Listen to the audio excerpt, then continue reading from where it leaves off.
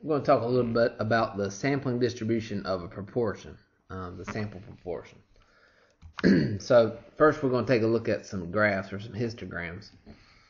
We're looking at the binomial distribution, which remember we have an n and a p. N represents the number of trials, and p equals the probability of success. In other words, we had a constant probability of success. Just like an example for this is p is 0.5, that'd be like flipping a coin 10 times. And we would observe the number of heads that we achieved. So in this case, this is 5 heads, this is 6 heads, 7 heads, 8 heads, 9 heads, and 10 heads does occur. The probability is just so small it doesn't show up here. So one thing to recognize here that the close relationship between the binomial distribution and the sample proportion, which we call p hat. P hat is just the proportion of your sample that is a success. So in this case, if 6 out of the 10 were successes, then 6 divided by 10 is 0.6. That's my p hat when you get 6 successes. You can notice that the most probable p hat is 0.5. That's this 5 out of the 10. So what we're going to look here is what happens when p is not 0.5. First is what we're going to look at.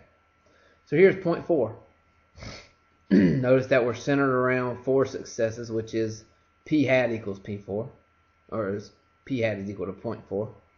Notice that this distribution starts looking a little skewed to the right. If we shift, this was 0.2. Notice that the most probable is 2 successes, which would be p hat is 0.2. And we're more right skewed here. Okay, so one thing to notice is when p is further away from 0.5, at least in this direction, it's becoming more skewed. And also that it's centered around the population proportion. In other words, our probability of success. So we'll look at 0.1 gets more right skewed, centered around 1. So I'll go back the other way, higher than 0.6. And as you may have guessed, these are going to get left skewed.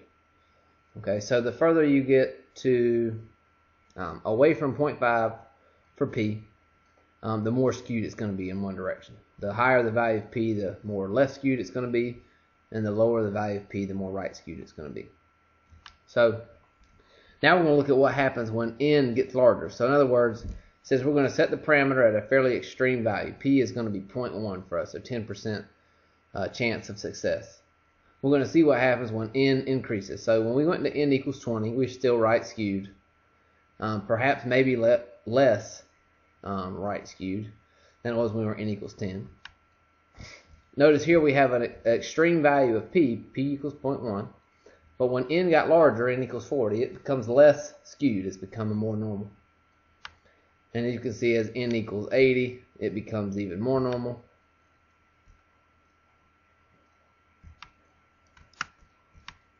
So that's n equals 60, but went back, I guess I put those in opposite order there. But you can see as larger n gets, the more normal it gets.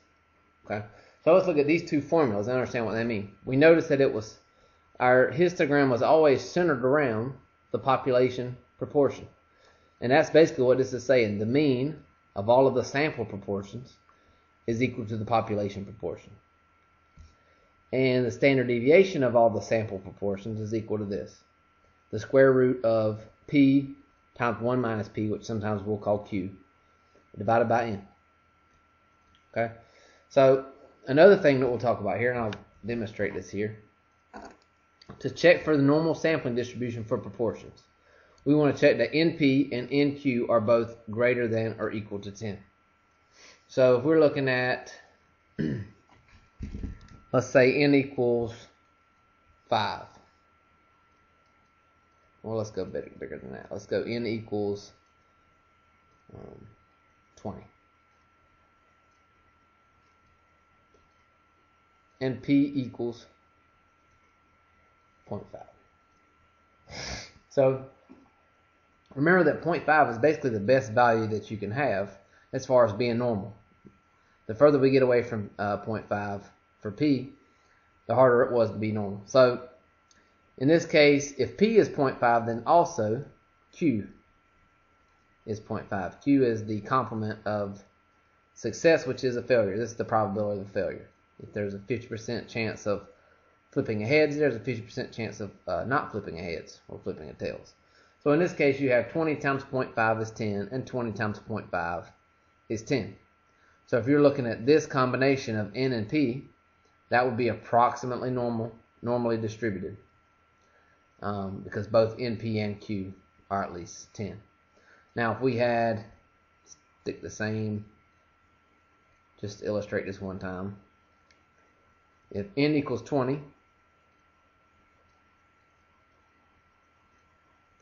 and P equals 0.8, then it might be easier to say, yeah, 20 times 0.8, that's 16. That is bigger than 10. But if P is large, then that means Q is small. And that goes the opposite. If P is small, then Q is big. Okay, so Q is 0.2 here. And 20 times 0.2 is 4. So then that does not satisfy this condition.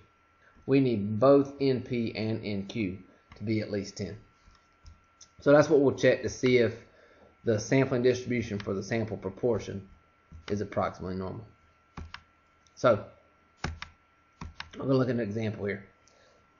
It says television executives and companies who advertise on TV are interested in how many viewers watch particular television shows. According to 2001 Nielsen ratings, Survivor 2 was one of the most watched television shows in the U.S. during every week that it was aired. Okay.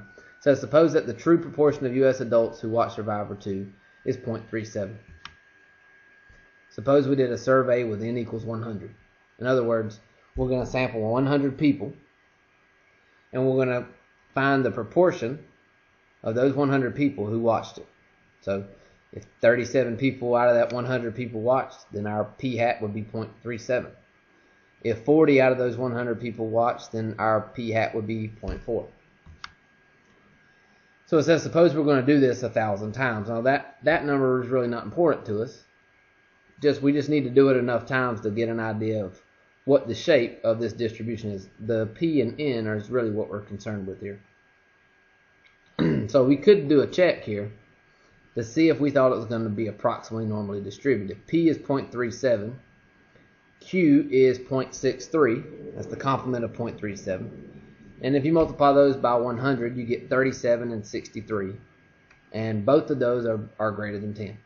So it should be approximately normally distributed. We look at the sampling distribution, and we see that it is approximately normally distributed. We have noticed that the mean, or I guess the center, it is the mean, but right now I'll call it the center. The center of this histogram or distribution is right around the true population proportion. So all of these values represents sampling 100 people and getting 37 of those 100 people watch Survivor. These group, they sampled 100 people, and 52 out of those 100 people watched it. And remember, we're assuming here that the true population proportion is 0.37. So now we're going to look at an example, which is going to lead us into a hypothesis test for proportions.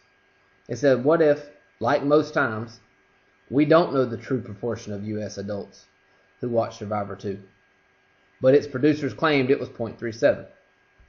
However, we sampled 100 people and found that 20 of these people watched.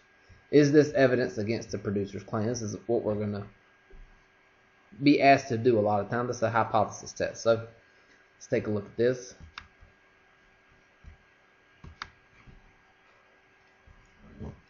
So let's say first we did our HO here, which we're getting into hypothesis test a little bit here. Is that the true proportion is 0.37. And our HA,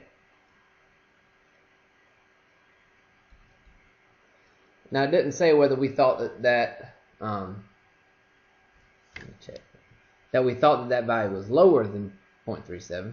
We just think that, well, let me make sure we didn't say that.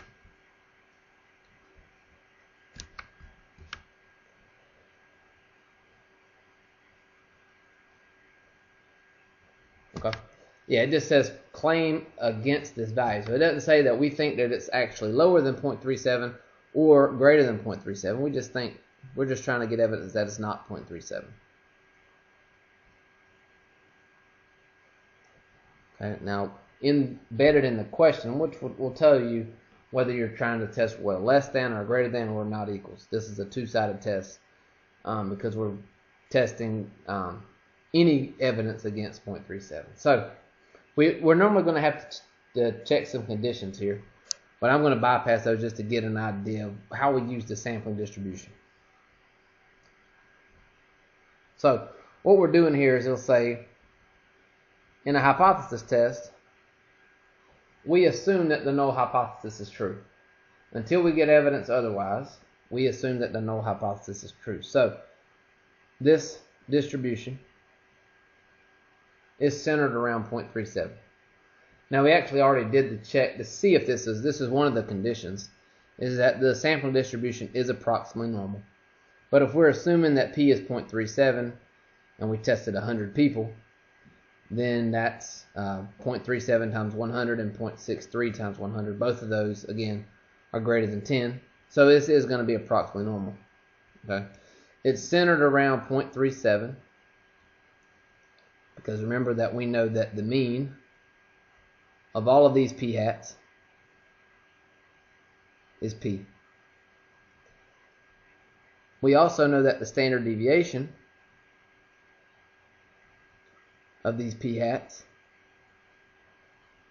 is p q n. Okay, so we can get an idea what the standard deviation of this is. That is 0.37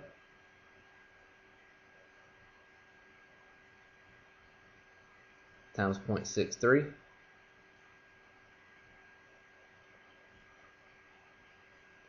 divided by 100.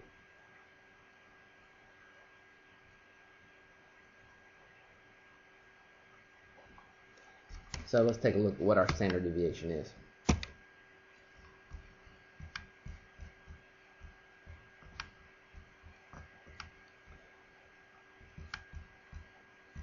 So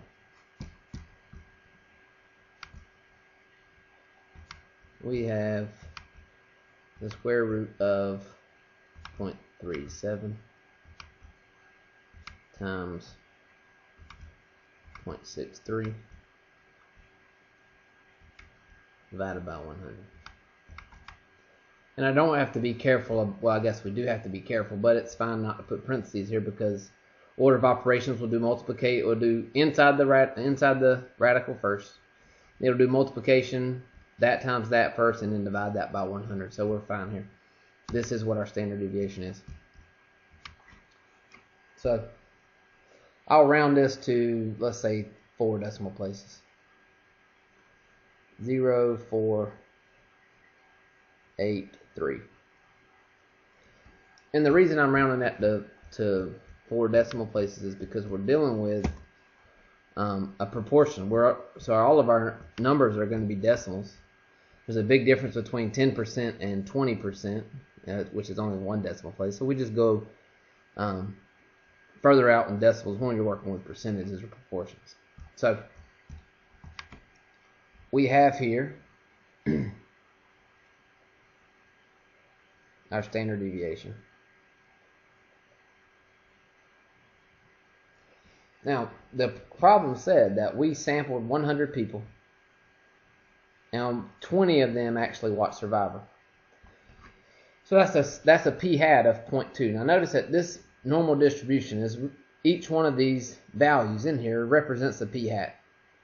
It represents us sampling 100 people.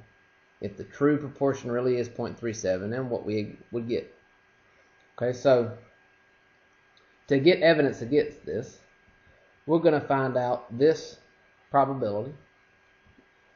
And because we're doing a does not equals test, we're actually going to multiply it by 2 because we're not just testing that as less than, we're also testing it, even if we got greater than, that would be evidence against that claim. So we're trying to find out how likely is this? So what we're going to do is get a z-score. How many standard deviations above the mean, or I guess below the mean this time, is 0.2.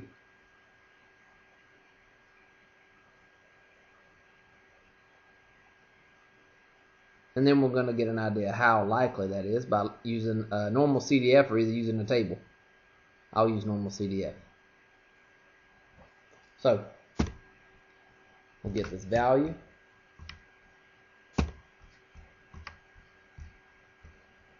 We have 0.2 minus 0.37. And we're going to divide that by 0.0483.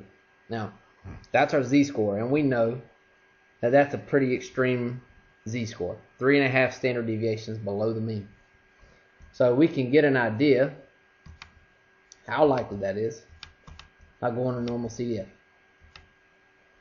We're trying to get this percentage. So our lower bound is negative infinity, way out here. Our upper bound is our z-score that we just found, which is our previous answer, which was negative 3.5. Our mean is 0 and our standard deviation is 1 if we're working with z-scores. We paste that and we get that probability. Now that's the probability of, if the true proportion really is 0.37, the probability that we get a sample proportion of 20% or 0.2 or less than that. Because we're doing a two-sided test, I can double that, or I need to double that. So I get this. And let me write this down and then talk about what it means again. So this is 0, 0, 0, 4, 3, 2. I'm going out several decimal places there. This is scientific notation, and e to the negative fourth means that you move your decimal place to the left 4 units. Now, what does this mean? This is what we call a p-value again. We mentioned this when we were working with the sampling distribution for the mean. And it says if the true proportion, population proportion, is really 0.37, like the producers of Survivor says that it was, you would only expect to get a sample proportion of 20% or more extreme. Now, when I say more extreme, I mean less than 0.2 or more than, let's see, what is this? There's 0.17 in between these two values, so if you go another 0.17, that would be 0.54 right here. So the probability of getting less than 0.2 or more than 0.54 is this right here, and that's a very small probability. So what do we gain by that? We say, well, the only thing that we've assumed in this problem was that p was 0.37. And the fact that that doesn't happen very often, it's unlikely to happen, that gives us evidence that the true population proportion really is not 0.37.